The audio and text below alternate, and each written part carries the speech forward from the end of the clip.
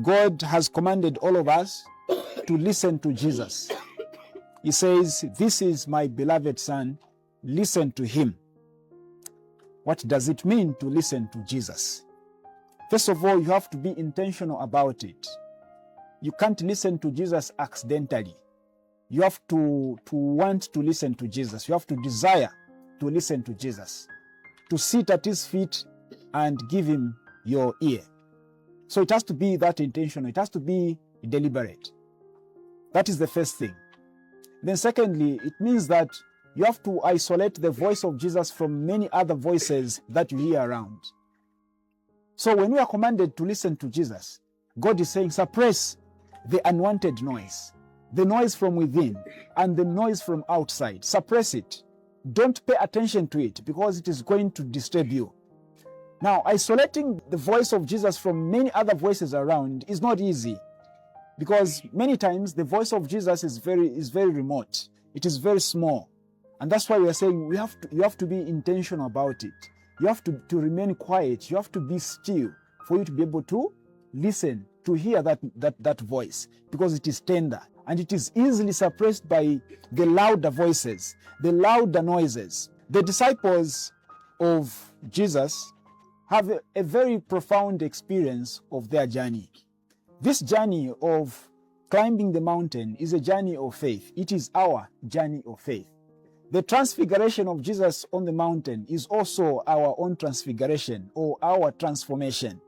But before we experience that transformation, that transfiguration, we have to walk that path, that difficult path of climbing the mountain.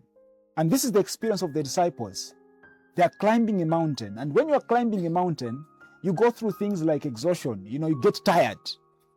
It is a discouraging journey. It is a very difficult journey.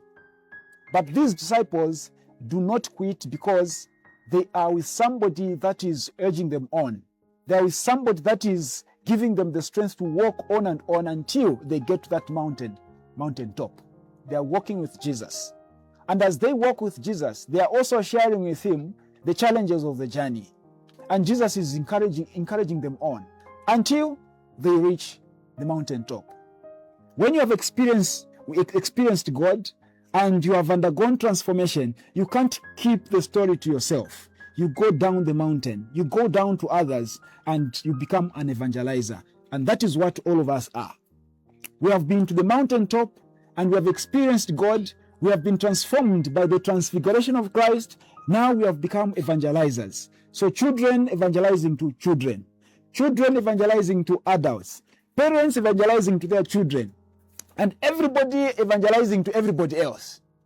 We are all on a mission to go and tell the story of our experience with God, how that story has touched us, how it has transformed us, so that we can all transform our world. The noise that is out there is so disturbing. It is an unwanted noise. Now, our beautiful story will have to go and replace that disturbing noise. We call Abraham our father in faith because of his trust in God. Even if he does not know the place that he's been instructed to go to, he trusts in God. He knows that this instruction is coming from God. And as I walk this unknown path, God is going to walk with me, our father in faith. And sometimes our faith takes us to places we don't know.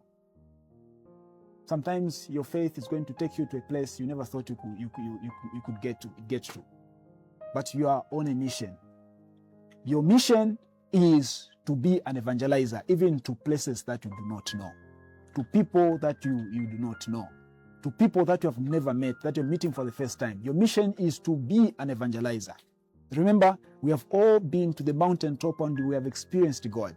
And this is the story, the beautiful story that we tell. And in our modern times, we tell this story through the tools that we have at our disposal. We tell this story through the radio. We tell this story through social media. We tell this story through the TV, because the goal is to ensure that the story goes out to all the corners of the earth.